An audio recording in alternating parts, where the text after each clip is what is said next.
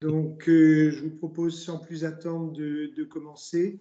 Je suis Vincent Frolichère, directeur général de l'ADIRA. Je sais que ce n'est pas moi que vous êtes venu écouter ce matin, donc je serai très bref. Simplement, au nom de l'équipe de l'ADIRA, vous remercier toutes et tous de nous avoir rejoints pour ce moment d'échange autour d'un thème éminemment important, évidemment, qui est celui de la décarbonation et autour d'un témoin, d'un intervenant extrêmement qualifié qui est Frédéric Fournet, que je remercie évidemment sincèrement de nous accorder un peu de son temps précieux sur ce sujet. Voilà. Donc, merci à toutes et tous. Bon Teams, on est parti pour 1 heure environ, c'est ce qui était convenu. Et je passe la parole à Alexandre Rigaud qui nous présente la suite des opérations. Oui, merci.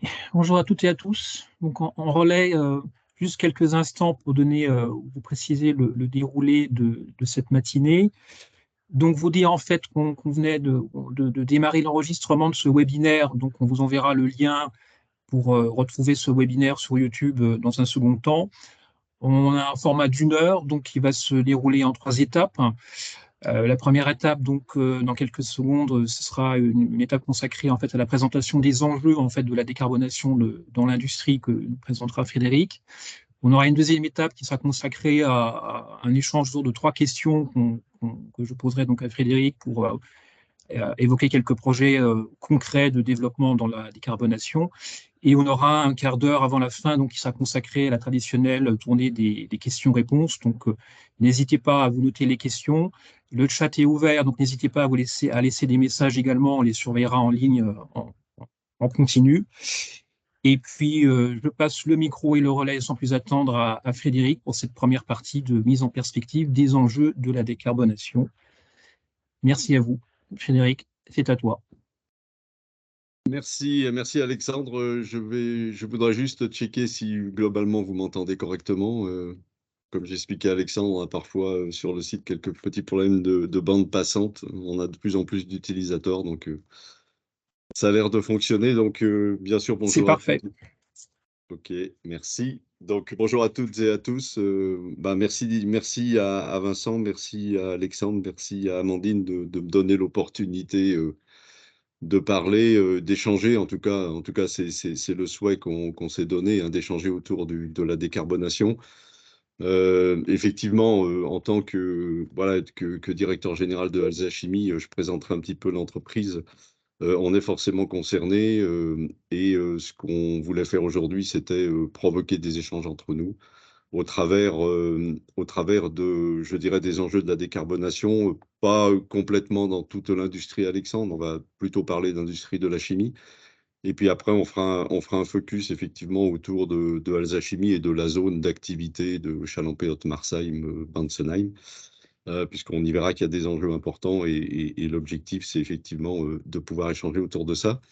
J'espère surtout que je vais vous intéresser. Voilà, ma grosse angoisse ce matin, c'est que finalement, tout ce que je vous raconte, ça ne vous intéresse pas vraiment. Donc, j'espère en tout cas partager cette expérience et pouvoir vous intéresser. C'est le vœu qu'on s'est donné à Alexandre et c'est la raison pour laquelle moi, je vais présenter une petite, je vais vous faire une petite présentation introductive avec quelques chiffres, et puis ensuite, on passera à un jeu de questions-réponses qui sera, j'espère, voilà, plus vivant.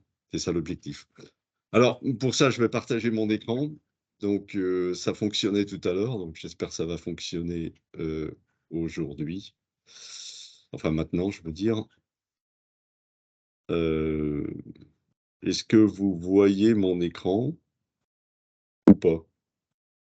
Oui, super. Est-ce que vous avez... attendez, je vais passer en plein écran. Est-ce que vous le voyez en plein écran comme ça? Donc normalement, c'est un slide d'Azachimi parlons décarbonation. Oui, c'est bon pour nous.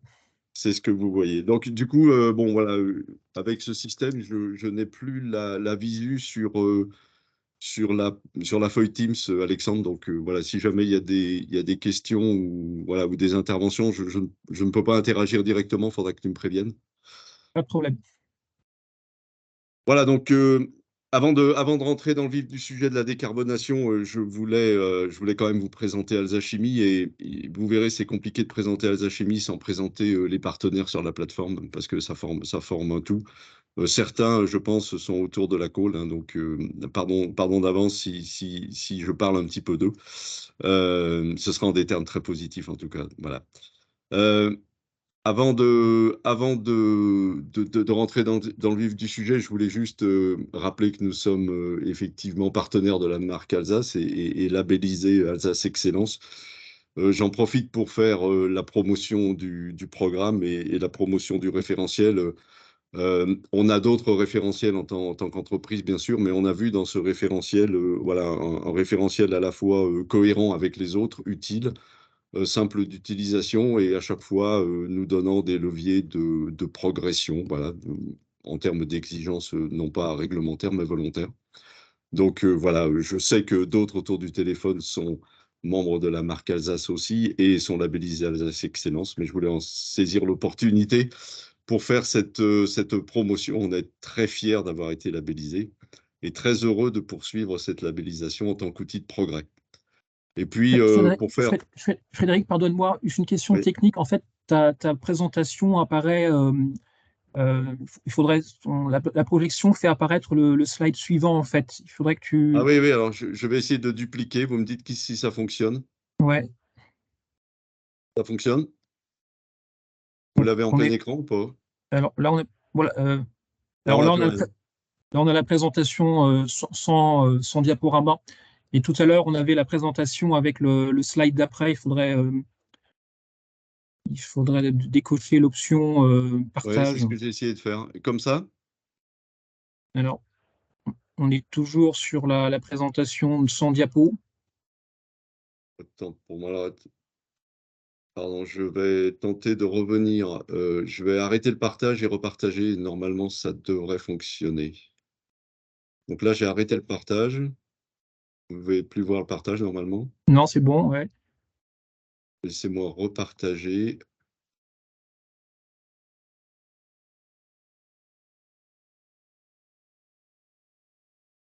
On est comment là?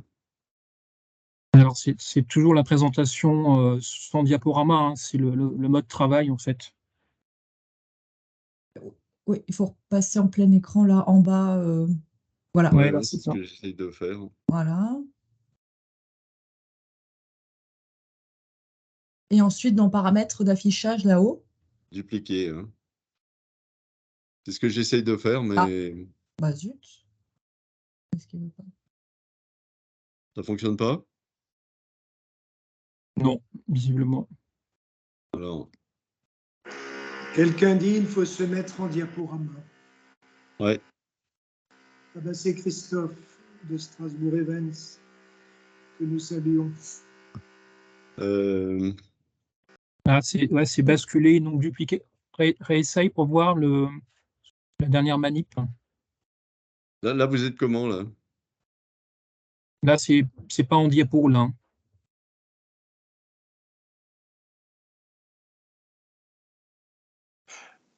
Ah, Bon, si. attendez, je vais faire autrement. Bougez pas. Je vais ramener ça ici. On devrait y arriver. J'arrête le partage. Je repartage.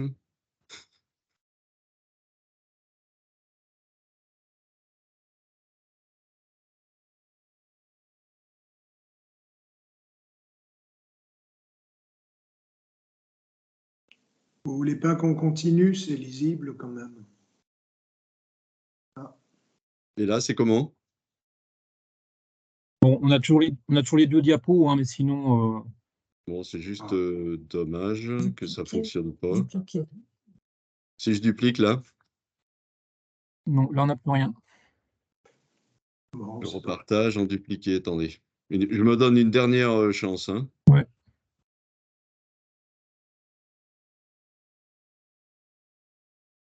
Parfait. Là, Nickel. c'est bon. Voilà. Ne touchez plus à rien. Bon, je touche plus à rien. Désolé de ce contretemps.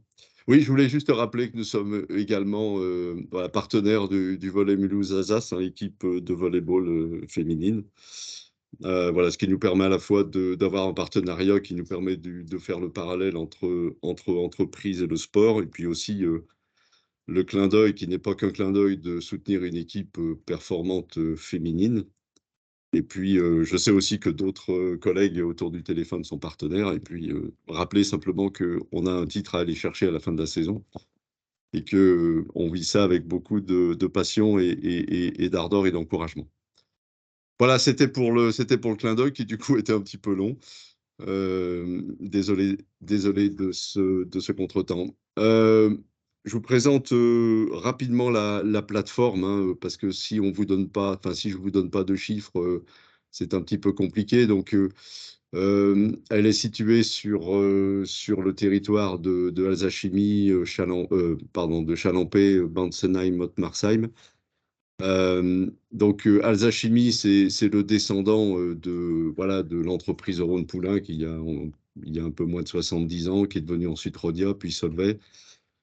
Solvay s'est séparé de ses activités polyamides et les activités de Solvay sur sur la plateforme ont pris la forme désormais d'une co-entreprise, donc entre BASF et Domo, qui est une SAS française, une entreprise de taille intermédiaire, 650 salariés, détenue donc à 51% par BASF, 49% par Domo. Donc BASF est notre actionnaire majoritaire, un grand groupe mondial.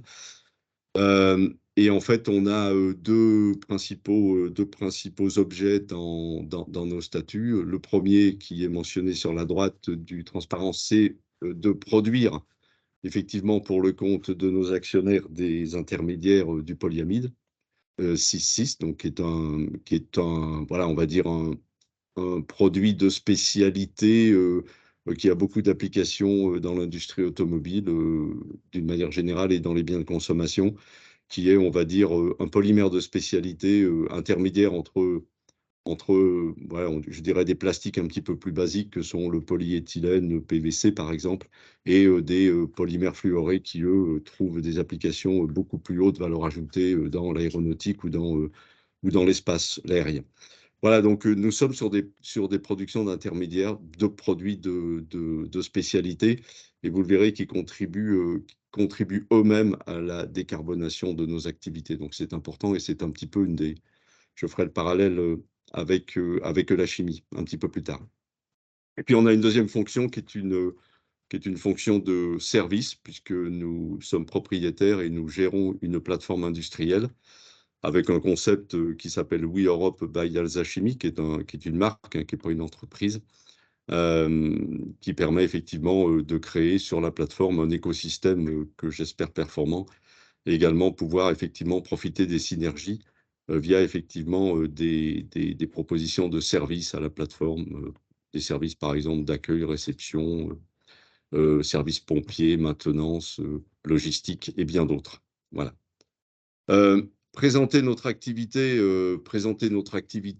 sans citer le deuxième acteur très important sur cette plateforme qui est Butachimie, ce n'est pas possible. C'est pour ça que voilà, je fais cette présentation en présentant rapidement nos activités Alsace Chimie et Butachimie, notre partenaire majeur sur la plateforme.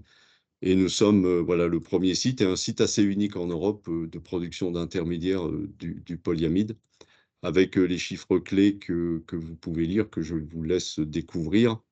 Dire que nous sommes quand même, voilà, on n'est pas dans la chimie de base, mais on est quand même dans la chimie des grands intermédiaires. Et nous vivons un petit peu cette situation paradoxale d'avoir, mais qui nous plaît et qui est pour nous un beau challenge et un beau défi, d'avoir à la fois voilà, des niveaux de production importants. On manipule environ 2 millions de tonnes entre les intrants, les matières premières et les produits finis. Donc voilà, ce sont des gros volumes, une activité très capitalistique.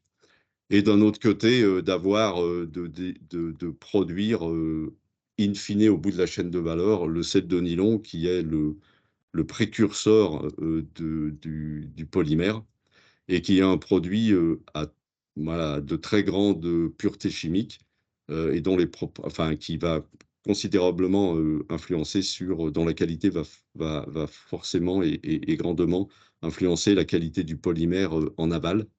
Et voilà, on a des spécifications qui sont bien en deçà, enfin bien au-delà en matière de qualité et de pureté, par exemple de certains produits de la pharmacie. Donc à la fois, voilà, un produit de spécialité avec une grande importance consacrée à la qualité du produit et d'un autre côté, une activité très capitalistique avec des gros volumes. Voilà, c'est quand même la caractéristique de cette plateforme et il est important que vous en soyez bien informés.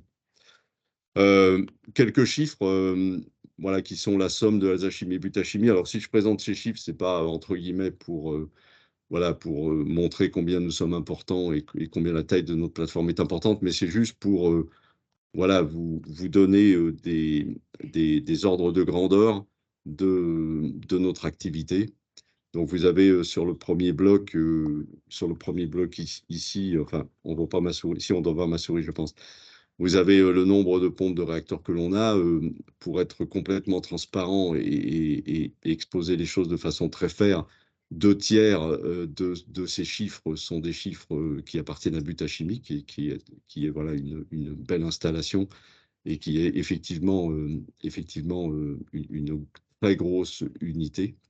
Et puis, vous avez aussi d'équipement, électricité, instrumentation, le nombre voilà, de capteurs, de vannes, pardon, de dispositifs voilà, d'automatisme et de sécurité et tous les câbles de connexion, soit je dirais, basse ou enfin faible ou haute intensité qui concerne cette plateforme. Voilà. Et donc là-dessus, on est plutôt effectivement équilibré entre alzachimie et butachimie sur ce type d'équipement. Voilà, ce qui nous permet de dire que, et c'est souvent pas très connu, que l'industrie de la chimie est une industrie high-tech et de plus en plus high-tech et qui se tourne effectivement vers l'automatisme et la digitalisation de façon très rapide. Et c'est ce qui nous permet, dans la plupart de nos activités, de maintenir la compétitivité de nos activités, de nos productions dans un monde concurrentiel qui est important. Et puis, on a une grosse activité logistique avec un certain nombre de kilomètres de voies ferrées et puis un certain nombre de stations logistiques. Voilà.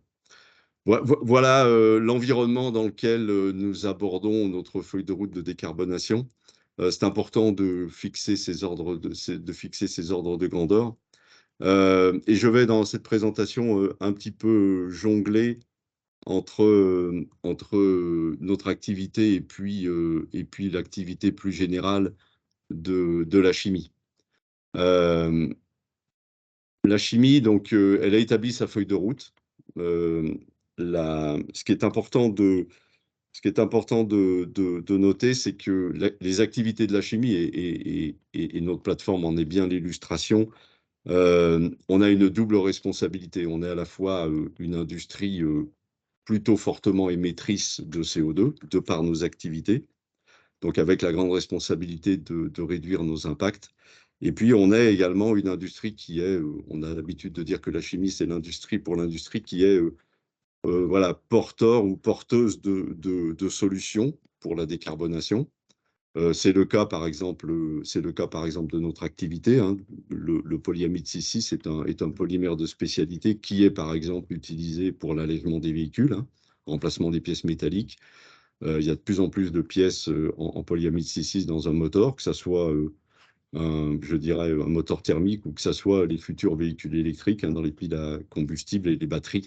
Il y a du polyamide dans toute la connectique, dans les pneumatiques, dans les airbags en termes de sécurité, puis pour les biens de consommation, dans tout ce qui est transformateur électrique, disjoncteur, fusible, enfin, etc. Voilà, les résistances de ce polymère de spécialité à la température, sa solidité, sa tenue en température, sa tenue au feu, sa tenue au solvant, en fait un produit de spécialité très utilisé dans toutes les technologies, je dirais high-tech et de décarbonation. Voilà, donc pour bien imager ça, donc la chimie, une double responsabilité et des gros challenges.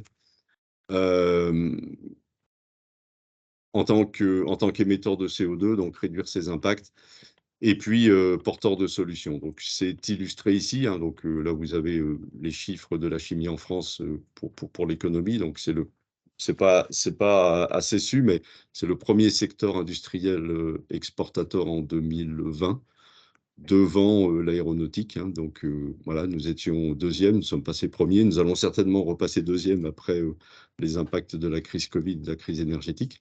Mais nous sommes parmi les premiers secteurs exportateurs. Vous avez le nombre d'emplois et puis vous avez quelques exemples de solutions pour la décarbonation qui sont cités ici, mais cette liste, elle n'est pas exhaustive. La chimie en soi, elle représente 5% des émissions de gaz à effet de serre, donc c'est pas rien, c'est pas tout non plus. Environ un quart des émissions de l'industrie, on y verra, on le verra. Voilà, vous avez bien entendu en majorité des émissions qui sont liées à la production de chaleur. Donc ça, c'est important, hein. La chimie, c'est effectivement un mécanisme où on a besoin de la température en tant que catalyseur pour initier nos réactions chimiques. Donc, on a besoin de chauffer nos produits, puis de les refroidir. On a besoin de les purifier par distillation. Donc, on a besoin effectivement d'apporter des calories pour les opérations de distillation. Puis ensuite, bien sûr, il faut condenser ces distillats et les refroidir. Bon, voilà, donc la chimie, c'est beaucoup voilà, de chauffage, refroidissement, et donc pour ça, il nous faut de la production de chaleur en quantité importante. Il y a un point qui est important, c'est que 50% des émissions sont concentrées sur une quinzaine de sites, hein. On va voir la carte, elle est quand même intéressante. Bon, les principales technologies sont mentionnées, hein, Vapocracker. Bon, Vapocracker, c'est pour les grands intrants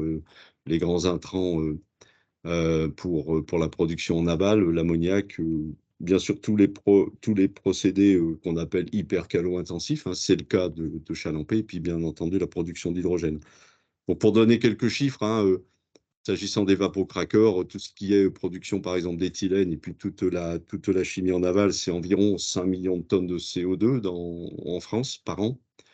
L'ammoniac, c'est autour de 2 millions de tonnes. La production de chlore, c'est 0,5 millions de tonnes. Donc, je vais vous montrer la carte.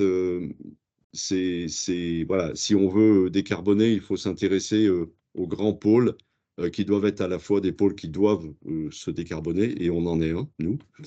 Et puis, et montrer l'exemple, bien entendu, pour l'ensemble de l'industrie et de la chimie.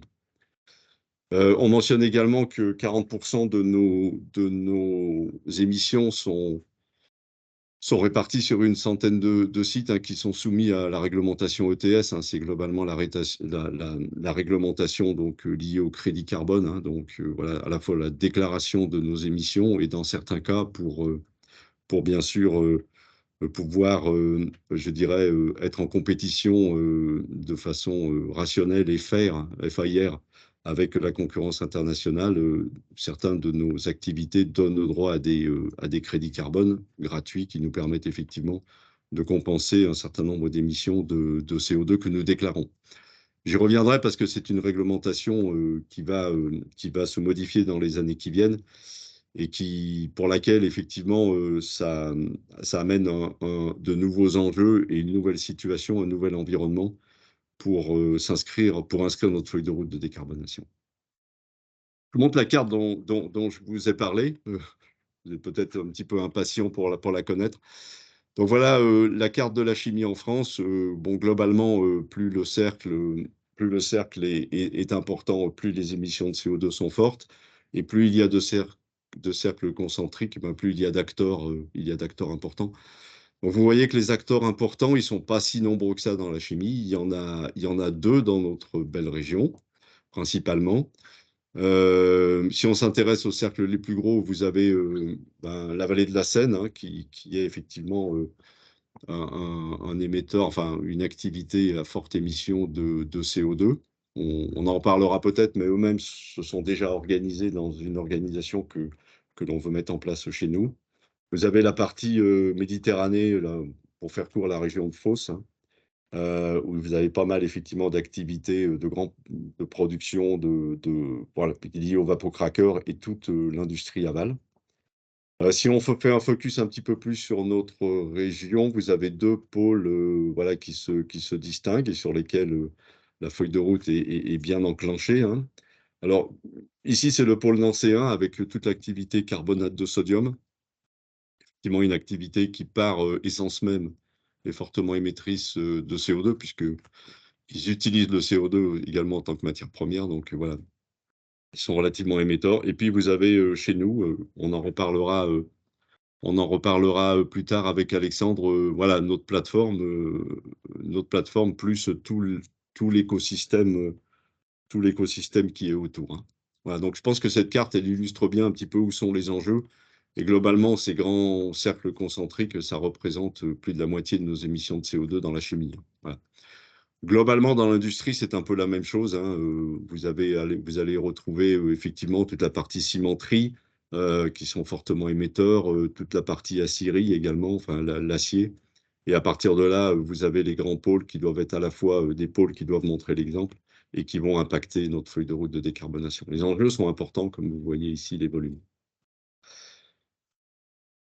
Euh, Avant de rentrer un petit peu plus dans le détail de la chimie, voilà, là, vous avez la trajectoire de décarbonation de la chimie en France. Donc, on n'a pas rien fait, hein. Je pense qu'il y a des chimistes autour du téléphone. Voilà, on peut être fier de ce qu'on a fait depuis les années 90, hein. On a quand même considérablement réduit par moins 65% nos émissions de CO2. Vous avez les différentes technologies qui ont été appliquées. Et puis, on veut continuer. Donc, voilà, on avait une première feuille de route entre 2015 et 2030 à nouveau moins 36% par rapport à la référence 2015. Et puis, comme vous le savez sans doute, voilà, le gouvernement, le président de la République, a demandé aux grands acteurs voilà, de tout faire pour accélérer cette feuille de route à horizon 2030 pour essayer d'atteindre le seuil de moins 50%. C'est ce qu'on est en train de travailler, c'est ce qu'on va commenter, ce qu'on va commenter ici. Les grands leviers pour ce faire, hein, vous avez d'abord le meilleur CO2, hein, c'est celui que l'on n'émet pas, hein. Voilà, c'est celui qui permet effectivement de consommer moins d'énergie fossile, hein. C'est tout le volet efficacité énergétique. Dans l'industrie, c'est important. On a déjà fait beaucoup de choses et on peut continuer à faire des choses. J'expliquais que la chimie, c'était un jeu de chauffage, refroidissement. Voilà, on peut encore faire des projets d'intégration énergétique, hein, c'est-à-dire récupérer la chaleur disponible quelque part pour la réinjecter ailleurs et éviter de consommer une énergie primaire. Essayer de recycler les calories que nous émettons voilà, plutôt que de, encore une fois, faire appel à une énergie primaire pour chauffer ou pour distiller nos produits. Voilà, donc là, il y a encore un gisement important. Vous avez tout ce qui est énergie renouvelable, bien sûr, on en parlera. Les grands intrants également renouvelables, hein, voilà, quand on parle des grandes matières, par exemple comme hydrogène ou ammoniac, ben demain, ces matières seront, j'espère, des matières décarbonées. On parlera également captation carbone, je pense, réutilisation du CO2 dans d'autres applications et tout ce qui est e-fuel. Donc ça aussi, ce sont des sujets que l'on a bien en tête. Et puis la partie recyclage. Voilà.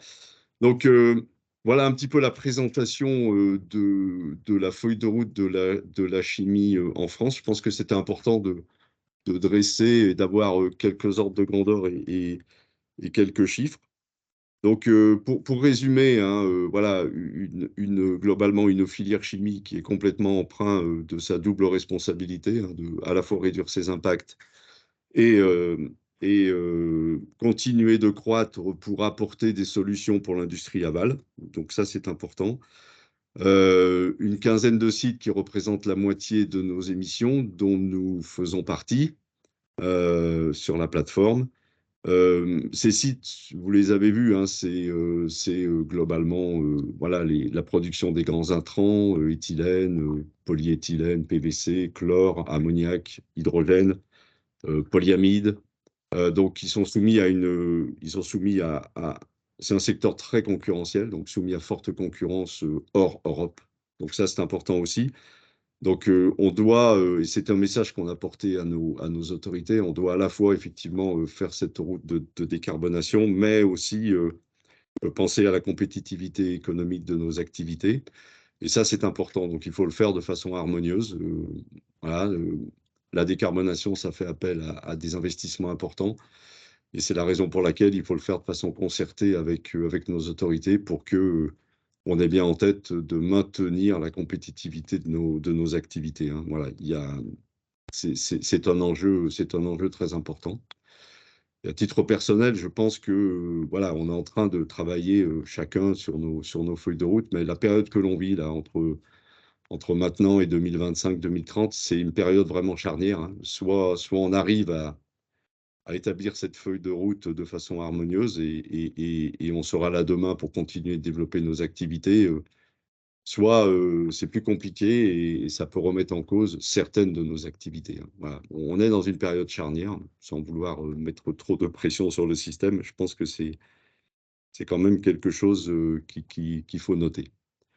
Et puis, ce qu'il faut également savoir, c'est que j'ai parlé de la réglementation ETS, hein, donc sur les crédits carbone, donc c'est en train de changer. Nos crédits carbone, dans le cadre d'une exigence de progrès, voilà, les crédits disponibles sont en train de se réduire, hein, c'est la réglementation européenne qui veut ça. En même temps, se met en place ce qu'on appelle le MACF, hein, c'est-à-dire le mécanisme d'ajustement du carbone aux frontières, hein, c'est-à-dire en même temps voilà, que les crédits carbone se réduisent, comptant sur une trajectoire de décarbonation des entreprises. L'idée est de taxer les grands intrants qui ne seraient pas eux-mêmes décarbonés pour continuer d'avoir cet équilibre concurrentiel. Il faut faire attention à ce que ce mécanisme ne conduise pas à des hausses de prix importants qui pourraient remettre en cause toute la chaîne de valeur. Ça, c'est un sujet aussi où on est très vigilant par rapport à ça. Et c'est un enjeu important. Voilà ce que je voulais vous dire sur la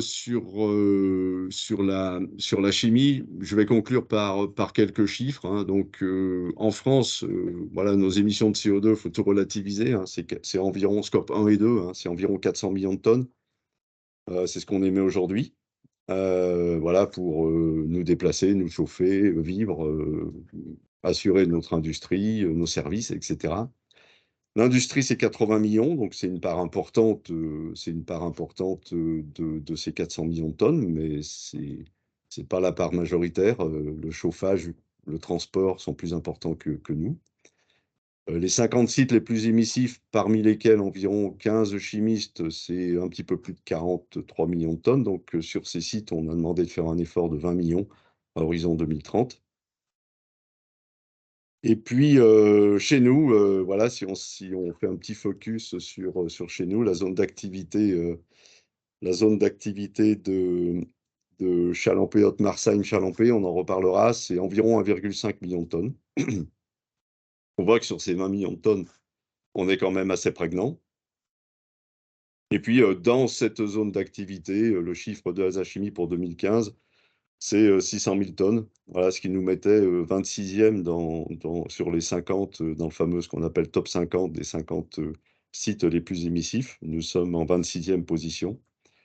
Voilà, et nous avons une feuille de route pour réduire de moitié ces émissions de CO2 à horizon 2033-2034, ce qui nous permettra de nous placer j'espère, voilà, en position. J'espère qu'on va sortir du top 50 à horizon 2035, bon, sachant que nos pairs vont travailler aussi, hein, donc voilà, il y a quelque part une boucle vertueuse qui est importante ici. Voilà ce que je voulais vous dire. J'ai peut-être été un petit peu long, j'en suis désolé, mais c'est important de replacer tout ça dans le contexte. Et voilà, je voulais vous donner ces quelques chiffres. J'espère qu'ils vous éclairent sur les enjeux. Je ne sais pas si par rapport à ça, vous avez des remarques ou des questions. Je serais très heureux d'y répondre. Sinon, Alexandre, je peux te redonner le micro. Et bien volontiers. Merci. Ben moi, j'ai pas, pour l'instant, sur le chat, il n'y a pas de réaction, mais n'hésitez pas, hein, à réagir ou à conserver vos vos interventions pour la dernière partie du webinaire. Merci Frédéric pour la mise en perspective. Les enjeux, c'est des dimensions, des chiffres assez impressionnants. On n'a pas l'habitude de voir, donc c'est toujours très, très enrichissant.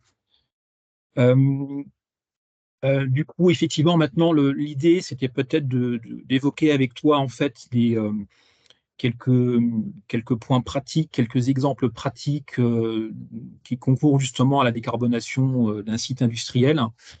Et là, j'ai basé, en fait, pour commencer, sur un fait et un projet qui a été évoqué, mentionné dans la presse l'année dernière, ces derniers mois, d'un projet qui justement se situe sur la plateforme chimique de Chalampé, chez vous, où on a mentionné à plusieurs reprises un projet qui est porté par un groupe allemand qui est le groupe E+T, autour d'un projet de revalorisation de déchets. Alors, c'est peut-être pas la bonne formulation technique ou technologique. Et moi, ce qui m'intéresserait ou ce qui nous intéresserait justement, c'est de voir quelle est en fait la conséquence ou comment on peut utiliser ce type de projet pour contribuer à la décarbonation d'un site industriel, notamment en lien avec vous, puisqu'en fait, ce projet est voisin de votre unité, en fait. Oui, merci Alexandre. Oui, ce projet donc B+T, donc B+T, c'est le nom de la compagnie de la société allemande avec laquelle on a développé un partenariat sur 15 ans. Donc voilà, on s'inscrit dans le temps long. D'une manière générale, si on veut avoir des projets voilà, de décarbonation ou d'amélioration, d'efficacité, je vais expliquer ce projet. Il faut s'inscrire sur le temps long parce que les investissements sont importants. Et voilà, ça suppose effectivement qu'on ait la capacité d'amortir ces investissements sur une période longue. Donc là, on est sur une période de 15 ans de partenariat renouvelable, donc entre 15 et 30 ans. De quoi s'agit-il, je parlais dans mon discours d'introduction d'utiliser soit de l'énergie renouvelable, soit des grands intrants renouvelables, ou considérés comme tels. Et dans ces grands intrants renouvelables, on en cite deux pour la production de chaleur, la biomasse, voilà, qui est un intrant important, qui par définition est biogénique, sauf que la biomasse, ce sont des quantités finies et assez limitées, et il faut également respecter, bien sûr, voilà, on va dire les contraintes voilà, de gestion de nos forêts sur le territoire français. Donc, c'est pour ça que les quantités sont limitées. Et il y a un autre matériau qui est le CSR, qui est effectivement, lui, partiellement renouvelable, qui est le combustible solide de récupération, qui est en fait qui est un matériau qui est constitué par voilà, Alors, au départ, ce sont des déchets qu'on veut valoriser en matière première, donc ça, c'est un message important, mais qui sont finalement les refus de tri ultimes. Voilà, vous avez dans la filière de recyclage voilà, des systèmes de recyclage qui permettent de faire les séparations. Et vous avez à la fin un certain matériau qui a un certain pouvoir calorifique qu'on n'arrive pas à la date, et c'est le cas encore pour de nombreuses années, à vraiment valoriser dans les filières de recyclage. On peut penser à des morceaux de bois qui contiennent un peu de plastique, des cartons qui contiennent un peu de bois, enfin bref, voilà, ce genre de choses. Et aujourd'hui, ce matériau, aujourd'hui, en France, et la réglementation est en train de changer, il est mis en décharge. Donc l'objectif, c'est vraiment de valoriser thermiquement ce matériau qui est aujourd'hui mis en décharge, ce qui permet à la fois d'avoir une alternative à l'utilisation d'énergie fossile, même si dans ce matériau, il y a une composante fossile, donc ça c'est important. Vous avez une composante biogénique et une composante fossile dans ce matériau, mais toujours est-il qu'il viendra en substitution de quelque chose qui est fossile. Et puis, il a la vertu d'éviter effectivement la mise en décharge, ce qui est quand même quelque chose qui n'est pas neutre pour notre belle planète. Voilà. Donc, c'est ça l'idée. Donc, chez nous, ce qui est important de savoir, et je vais peut-être un petit peu compliquer le débat, mais nous avions il y a quelques années, et s'il y a des collègues de Butachimie dans la call, ils se reconnaîtront, nous avions un mix énergétique qui était constitué partiellement de gaz naturel et partiellement d'un fuel qui était en fait un coproduit de la production de nos collègues de Butachimie, qui pour nous était donc un fuel, c'est-à-dire quelque part un produit organique que l'on valorisait thermiquement, qui était pour nous un important vecteur de compétitivité parce que il était à un coût intéressant et il assurait une bonne compétitivité de nos productions, de nos activités, mais qui était un gros émetteur de CO2. Voilà. Et Butachimie a fait des gros progrès, a fait un très gros projet qui consiste effectivement à améliorer ses rendements réactionnels et avoir moins de ce coproduit pour davantage de produits nobles. Donc c'est en soi voilà, formidable.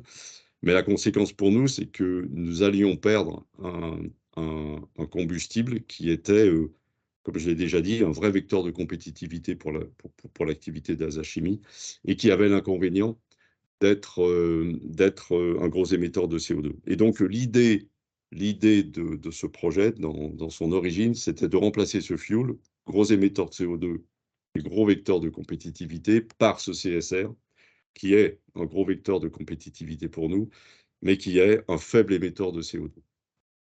Globalement, si on prend en compte la quantité biogénique, mieux placé que le gaz naturel. Voilà, donc on fait quelque part un double step. On maintient notre compétitivité, on a un mix énergétique qui fait qu'on n'est pas 100% dépendant du gaz naturel, et à la fois par rapport au gaz naturel, on a un gain en matière de décarbonation. Voilà.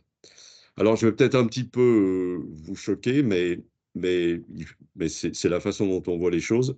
Autant il est important, ce projet, pour les 15-20 années qui viennent, autant on considère à ce stade que c'est un projet de transition. Parce que quand on aura établi toutes nos feuilles de route de décarbonation, voilà, en matière d'émissions de CO2, ce qui est aujourd'hui un avantage, dans 15 ou 20 ans, ça peut être un inconvénient. C'est-à-dire que ça sera peut-être quelque chose qui sera plus émetteur que nos fuels alternatifs que l'on a mis en place dans le cadre de notre décarbonation. Donc, voilà, c'est un projet pour les 15-20 prochaines années, mais c'est un projet qu'on va certainement faire évoluer à un horizon de 15 ou 20 ans vers quelque chose qui est plus orienté biomasse et produits biogéniques. Tout ça pour dire que voilà, ça montre un petit peu à la fois les enjeux et aussi on s'inscrit dans un temps long. On s'inscrit dans un temps long. Voilà. Donc, Ok. voilà. Et je peux vous illustrer un petit peu, je vais repartager mon écran pour vous montrer quelques photos. Je pense que si je partage cet écran, ça devrait le faire. Vous devez être normalement sur la page, la dernière page Oui, de des ma chiffres, oui. présentation. Mm. Donc voilà, hein, lorsqu'on parle donc ça c'est une photo qu'on a prise environ il y a 6 mois, hein, qui est sur notre bâtiment, notre power plant utilité. Cette installation de valorisation de CSR, elle s'installe juste à côté, et pour cause, hein, puisque cette installation va produire de la vapeur et la vapeur va venir sur notre réseau, hein. Donc voilà.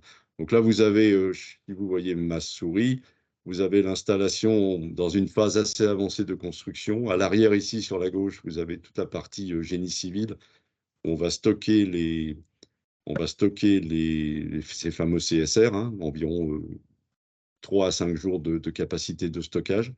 La partie chaudière, elle est ici, hein. C'est une chaudière assez impressionnante, hein, qui doit faire entre 25 mètres de hauteur, hein, dans lesquelles ces CSR vont être incinérés, donc valorisés thermiquement dans une chaudière qu'on voit dans cette chaudière. Les gaz sont ensuite récupérés dans un échangeur ici. Puis vous avez ici, c'est pas encore fini, à la date où on a pris cette photo, toute l'installation de traitement des fumées.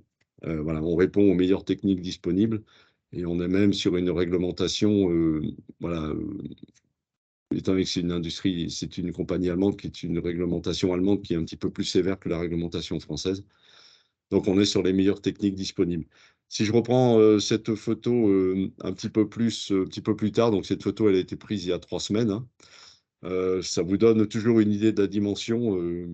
Ce que vous avez derrière, ce sont des grues qui sont sur un autre projet qu'on ne va pas évoquer ici, mais bon, cette grue, elle fait 60 mètres de haut, donc ça vous donne une idée de la hauteur du bâtiment. Donc là, vous voyez bien le silo de stockage, hein, la partie chaudière, et puis on devine le traitement des gaz un petit peu plus derrière. Voilà.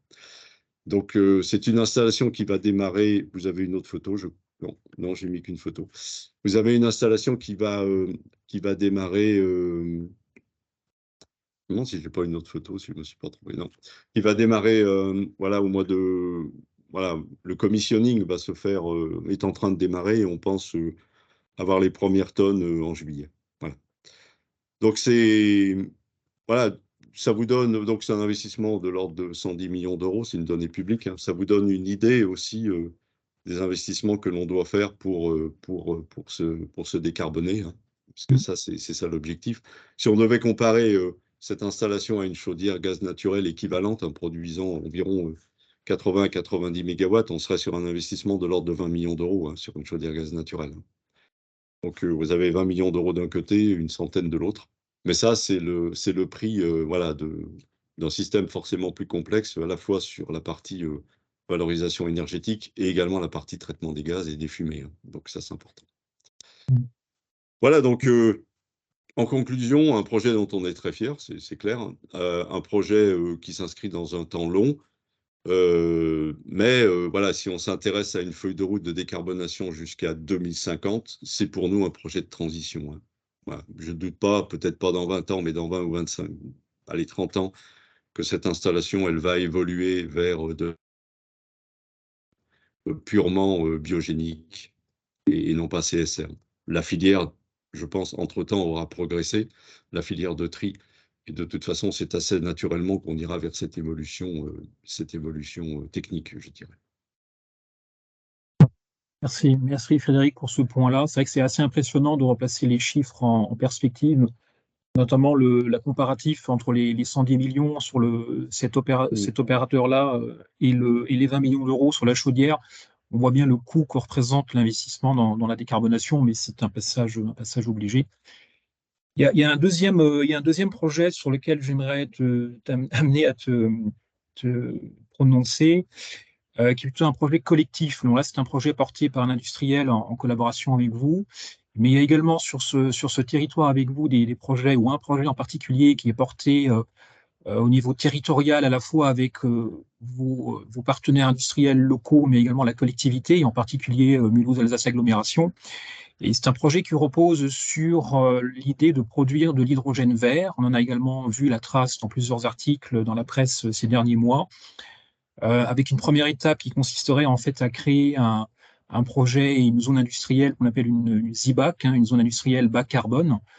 Donc, à ma connaissance, les premières études ou les premières réflexions étaient lancées. Même chose, un avis, un retour là-dessus, en quoi ça peut être utile également pour l'industrie, travailler sur des projets collectifs, et là, en l'occurrence, sur un projet d'hydrogène vert. Oui, en fait, ZIBAC, donc tu l'as dit, Alexandre, hein, c'est un acronyme qu'on va, je pense, de plus en plus voilà, entendre dans notre environnement. Euh, donc, ZIBAC, c'est zone industrielle bas carbone. Euh, alors, ce qu'il faut savoir, c'est que on a effectivement la volonté, on est en train, donc avec l'appui de la M2A, hein, et également de la région, on est en train de lancer ce projet qui suppose effectivement qu'on crée une association. Je ne vais pas rentrer trop dans le détail, mais voilà, il y a quelques aspects administratifs à vouloir gérer, à devoir gérer à côté de la technique, mais je vais vite me focaliser et revenir sur la technique. Donc, c'est vraiment un projet important pour nous. Ce qu'il faut savoir, c'est que des IBAC dans le domaine de la chimie, il y en a déjà quelques-unes qui ont été lancées. Il y en- Si vous vous rappelez la carte, hein, il y en a une qui est lancée sur la vallée de la Seine. Voilà, donc il y a une ZIBAC qui s'est créée pour la même raison. Une autre est en cours de montage du côté de Fos, hein, donc la deuxième grande région émettrice de CO2. Et il y en a une troisième du côté de Lac, dans le sud-ouest, qui est en train de se créer également. Et je sais qu'il y a quelques volontés d'en créer une dans notre région du côté de Carlin également. Donc voilà, donc tout ça est en train de se mettre en place. C'est vraiment quelque chose d'important. Je vais revenir bien sûr à l'hydrogène, Alexandre, j'oublie pas ta question, mais je voulais redécrire en fait quelque part focaliser un petit peu sur l'écosystème que nous avons sur le territoire, hein, donc que j'appelle Chalampé, Haute-Marsagne, Bansenheim. Le nom de notre ZIBAG, c'est COB 30, hein. COB, ce sont voilà, ça fait référence aux trois communes sur lesquelles est implantée cette zone d'activité. Et puis 30, c'est parce qu'on a un premier objectif à horizon 2030. Mais quand on regarde un petit peu l'écosystème, hein, Bon, on a Alsachimie, il y a Butachimie, on a Borealis en tant que producteur d'ammoniac et d'engrais. Et puis, on a sur la zone l'INDE également qui produit de l'hydrogène. Donc, en fait, quand on regarde un petit peu, on a un bel écosystème totalement quelque part intégré, hein, puisque pour produire des polyamides, il faut de l'ammoniac, il faut de l'hydrogène, il faut bien sûr d'autres grands intrants. Donc voilà, on a un écosystème hydrogène, ammoniac, intermédiaire du polyamide sur la zone. Voilà. Et quand on regarde bien, pour produire de l'hydrogène aujourd'hui, il faut du gaz nat, hein, c'est l'évaporéformage. Pour produire de l'ammoniac, c'est aussi du gaz nat, la matière première par le même c'est pas le même procédé, mais c'est le même principe de vaporéformage. Bien sûr, il y a une sortie d'engrais côté ammoniac, on ne la sous-estime pas, hein, mais voilà, l'ammoniac est aussi, ammoniac et acide nitrique hein, sont aussi deux gros intrants pour la production chez nous de polyamide, chez nous Alsachimie et Butachimie de polyamide. Et pour produire de polyamide, on utilise du gaz naturel en tant que matière première également et du gaz naturel en tant que chaleur. Voilà. Donc on voit qu'on a vraiment là hydrogène, ammoniac, polyamide, on a un vrai écosystème et on est quelque part totalement intégré. Et on est parti du principe que voilà, les mêmes solutions sont peut-être, je dirais, des solutions possibles pour plusieurs d'entre nous. Et le principe, c'est effectivement de se mettre ensemble pour étudier justement ces grands enjeux. Donc, et puis ce qui est important aussi, c'est qu'on s'est rendu compte que cet écosystème, l'an dernier, en 2022, au plus gros de la crise énergétique, il a été quand même fortement impacté. Donc ça doit aussi nous faire réfléchir sur notre grande dépendance au gaz naturel. Et quelque part, les enjeux de décarbonation, ils répondent aussi à des enjeux on va dire, de durabilité, de pérennité de nos activités. Voilà. Parce que cette dépendance au gaz nat, elle nous a vraiment fait mal l'an dernier, quoi. Voilà, donc on a des enjeux majeurs. L'hydrogène en est un, donc on ne le sous-estime pas. Euh, voilà, donc l'hydrogène, il y a aujourd'hui deux grandes options, hein, sans rentrer dans le détail des études. Et ça, et après, on peut pas aller, je peux pas ici, bien sûr, aller trop dans le détail des projets, hein, puisque ça touche à certains éléments de confidentialité. Mais globalement, sur l'hydrogène, on se pose deux grandes questions, en fait, deux grandes options, hein, qui sont pas forcément en opposition, qui peuvent être complémentaires. C'est une production locale d'hydrogène enfin d'hydrogène par électrolyse, bien entendu. Donc c'est vraiment une option qui s'étudie. Euh, pour ça, il faut du courant, donc il ne faut pas le négliger. L'un des enjeux clés de la décarbonation, ce sera, notamment dans la chimie, la disponibilité de l'électron. France Chimie, d'une manière générale, a estimé à 7 TWh les quantités qu'il faudrait pour décarboner l'industrie de la chimie. À titre personnel, je pense que ce chiffre est sous-estimé. Peut-être on pourra évoquer ça un petit peu plus tard, mais voilà. Il y a deux grandes options. Il y a soit de l'hydrogène décarboné, il faut du courant, et il faut bien sûr un business model qui tienne la route. Donc, c'est ce qu'on est en train globalement d'étudier. Et puis, vous avez également, et vous en avez sans doute entendu parler, une autre option qui est le pipe hydrogène, hein. Vous avez les projets Rhine dans notre région, le projet Hyphen qui consiste à remonter de l'hydrogène depuis le sud de la France jusque ici et plus tard vers l'Allemagne. Donc voilà, ce projet il passe par la région, donc il faut aussi qu'on soit bien en situation de pouvoir bien tirer les opportunités d'un tel projet pour nous. Voilà. Et puis, il y a une future connexion avec l'Espagne, hein, ça a été publié dans la presse avec le projet Méditerranée hein, qui permettrait de remonter un pipe entre Barcelone et Marseille. Voilà. Donc, en fait, vous voyez que sur cet exemple de l'hydrogène, on touche du doigt le fait qu'on a intérêt à réfléchir ensemble et collectivement, hein, parce que les gros utilisateurs d'hydrogène aujourd'hui, ils ne sont pas uniques sur la plateforme, il y en a plusieurs. Et il y a forcément des synergies à tirer, quelles que soient les options finalement retenues. Il y aura vraiment des synergies à tirer. Donc ça, c'est un premier volet. Alexandre, tu l'as cité. Je voudrais juste parler des deux autres volets rapidement qu'on est en train d'étudier aussi dans le cadre de cette approche d'e-bike qui démarre, hein. Ce sont des projets de rupture. Vous avez tout ce qui est utilisation de biogaz, achat de biogaz, on a parlé de CSR, hein, c'est en partie de l'énergie décarbonée, comme je l'ai dit, mais vous avez toute la partie biomasse, vous avez la partie chaleur fatale décarbonée. Pourquoi pas produire du biogaz chez nous par je dirais, voilà, des technologies de méthanisation avancées, on va dire. On étudie également cette piste-là. Et puis, vous avez un autre volet qui est important, c'est tout ce qui est capture carbone, hein, CSS, hein, donc capture et stockage carbone. Alors, par rapport à la vallée de la Seine, on est très mal placé, bien sûr, hein, puisqu'on n'est pas près, on est loin de la mer. Cela étant dit, c'est un projet qui peut tenir la route, notamment si on mutualise à la fois nos besoins et on mutualise nos ressources pour les solutions techniques, hein. Voilà. Donc, au travers de ces quelques exemples, je voudrais juste, voilà, quelque part faire la promotion de cette approche d'IBAC, hein. C'est pour nous quelque chose d'important et c'est quelque chose qui va nous aider à mettre en œuvre et à prioriser et à choisir nos projets de rupture, hein. Voilà. Là, on parle de projets vraisemblablement de plusieurs centaines de millions d'euros.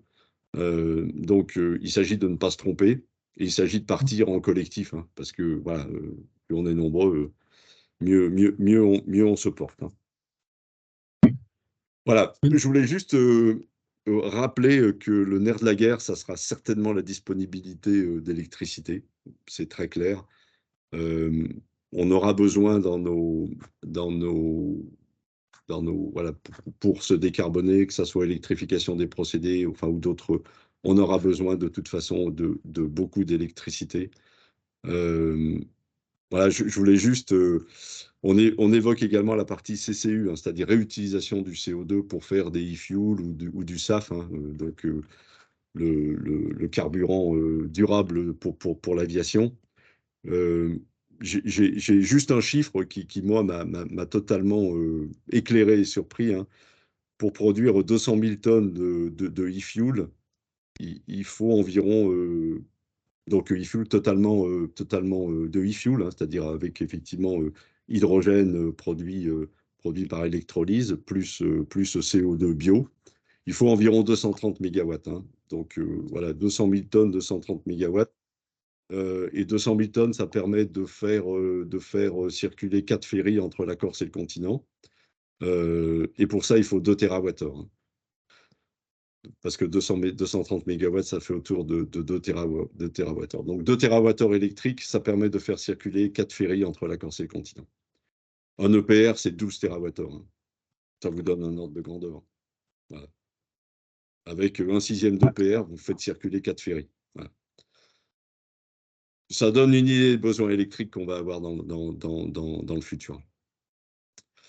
Voilà, donc bien sûr, il y a d'autres moyens de produire du biocarburant, hein. Il y a le moyen par bio, hein, et la chimie propose des solutions par rapport à ça, mais pour tout ce qui est enfin pas biocarburant, mais e-carburant, qui est aussi effectivement vertueux, voilà à peu près les ordres de grandeur, hein. Donc je pense que voilà, on aura besoin d'énergie électrique dans les 20 ans qui viennent, et beaucoup. Merci Frédéric. C'est vrai que c'est impressionnant, hein, et utile, je pense, de replacer un peu ces éléments en tête. On parle beaucoup d'hydrogène, mais sans forcément penser toujours aux besoins énergétiques qui sont nécessaires pour le produire, en tout cas par électrolyse, ici l'hydrogène vert. On arrive un peu au bout de notre timing. Je voulais juste mentionner une autre option avant de passer sur les questions qu'on ne pourra pas évoquer maintenant pour des raisons de temps, mais qu'on pourra évoquer dans un deuxième temps ou à Oui. un autre moment. Si vous le souhaitez, n'hésitez pas à nous rappeler sur l'utilisation de la chaleur fatale, hein, tu l'as mentionné tout à l'heure, Frédéric, qui permet également à des industriels, d'une part, de contribuer, d'injecter de la chaleur dans un réseau de chaleur. Et là aussi, M2A, vous l'avez vu, a décidé a voté en tout cas l'extension de son réseau de chaleur. Et c'est une chaleur qui permet également de décarboner d'autres industriels en partie, alors certes aussi les habitats des collectifs, mais aussi les industriels, en utilisant la chaleur fatale d'autres entreprises qui sont déjà installées sur le territoire. Alors, moi, j'ai relevé 3 questions, en tout cas, qui sont apparues dans le chat. Donc, je vais vous les partager pour intervention. Là, je retrouve la première, si ça vous convient. Alors, on a une question de M. Antunes. Alors, je ne sais pas si c'est bien prononcé, qui voulait revenir, alors je lis, sur la question du traitement CSR. Alors c'est un peu technique, hein, je me lance. La question est la suivante. Quel est le principe de traitement de ces déchets? Est-ce que c'est de la méthanisation, de la pyrogazéification ou de la gazéification hydrothermale? Voilà, je t'adresse la question. Je ne sais pas Oui, si... oui. Alors, Olivier. c'est aucun de tout ça, hein. Donc, les deux procédés, hein, donc pyrogazéification ou gazéification hydrothermale, sont des procédés qu'on veut étudier dans le cadre de notre approche ZIBAC sur d'autres flux en fait d'organique, qui sont des flux internes, qu'aujourd'hui on valorise thermiquement dans un incinérateur et que demain on voudrait retransformer on va dire en gaz, hein. Le CSR, c'est un traitement beaucoup plus simple, hein. Il s'agit de refus de tri. Donc, ce qui est important, c'est de bien conditionner ce tri. Mais là, on est dans une démarche de tri de déchets, hein, soyons très clairs. Mais ensuite, de les amener avec le bon pouvoir calorifique. C'est toute la science de BET, hein. C'est d'être en situation de remplir sa chaudière, d'alimenter sa chaudière avec des flux qui sont issus de refus de tri et qui sont des flux, voilà, des flux qui sont assez constants en pouvoir calorifique. Mais on est sur un traitement de valorisation thermique directe, hein, par incinération. Ok, merci.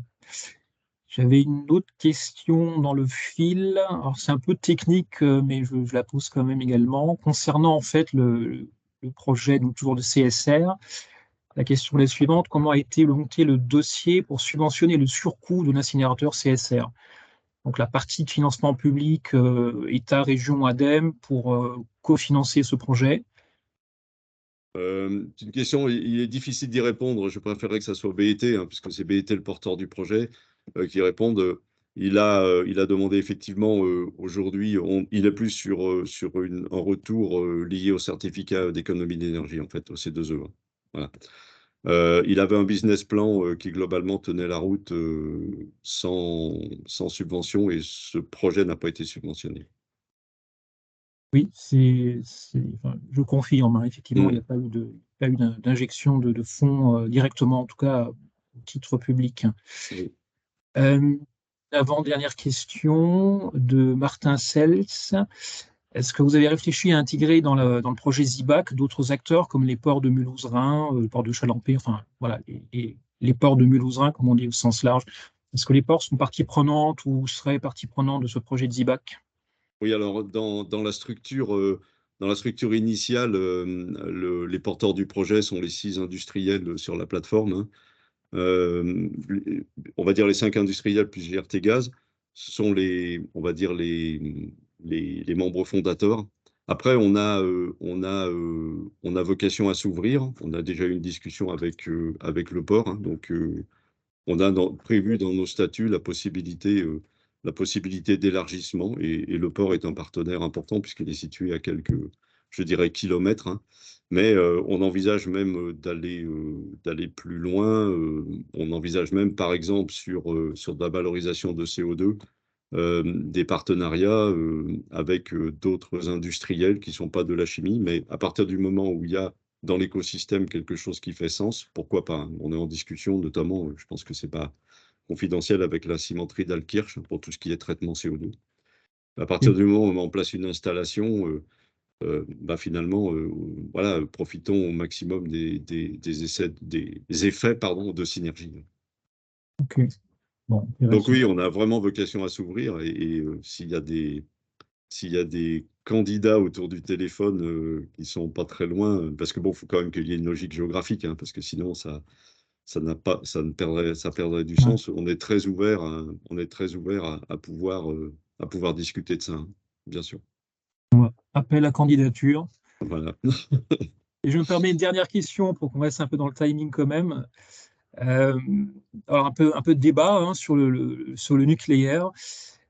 Quid du nucléaire pour l'énergie bas carbone? Moi, je pense que c'est aussi en lien sur la question de la fourniture énergétique pour l'électrolyseur, pour l'hydrogène vert. Mm. Voilà, donc je pense que c'est un peu le débat qu'on a connu ces dernières semaines et ces derniers mois autour de l'hydrogène jaune, gris, vert. Les Allemands considèrent que l'énergie nucléaire n'est pas verte. Nous, on considère que l'énergie nucléaire est décarbonée, donc elle est un peu verte quand même. Bon, voilà, c'est une question un peu large, hein, sans rentrer dans un débat trop long, mais bon, je ne sais pas si tu as un avis là-dessus ou si on C'est peut répondre à ça. forcément, enfin, je veux dire, on partage les mêmes, voilà, les mêmes, on va dire les mêmes points de vigilance, les mêmes doutes, bien sûr. C'est un élément de clarification important qu'il faudra avoir assez rapidement, hein, avant, parce que ça fait partie quand même des grandes options. Je peux simplement dire, mais je pense que tout le monde sera d'accord autour du téléphone, hein, c'est de dire qu'on a la chance aujourd'hui d'avoir la, la chance d'avoir des capacités, je dirais, de production d'électricité avec des facteurs d'émission carbone qui sont quand même relativement bas.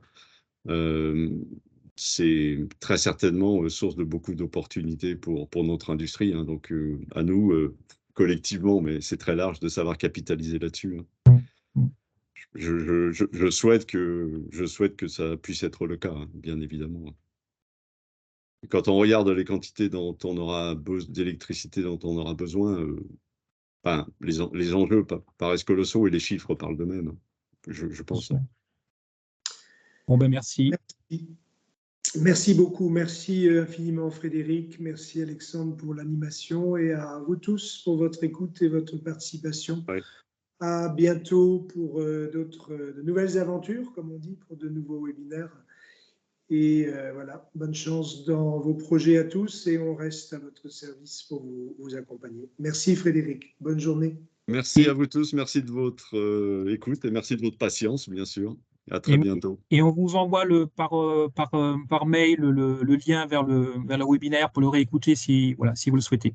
Merci à tout le monde. Merci.